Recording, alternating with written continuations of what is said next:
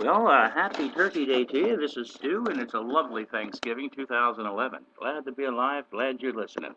Anyway, when you get bored waiting on your woman to come by with, stuffing and other things to go with the meal, you take your retro bar. Now, this is my retro bar. I've got to set up this camera, but what we got going on here is free entertainment. Who needs a television or the computer? Now, what you do is you get your kitty cats, you get a dog that's very aggressive. You say, here's the kitty string, and next thing you know, there's an absolute war between the dog, the bar, and the cats. I hope you enjoy this. This is therapeutic for you as it is for me. My luck, they're not going to do squat. Hey, we'll give it a whirl. Enjoy.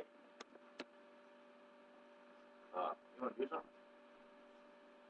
You don't want to hit the kitty. The kitties want to get that. Yeah. She's going to get him. Good girl. Now, she's going to pull on the bar a little bit.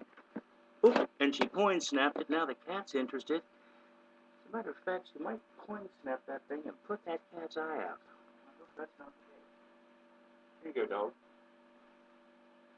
Good girl. Get him. Get him. Get that kitty string.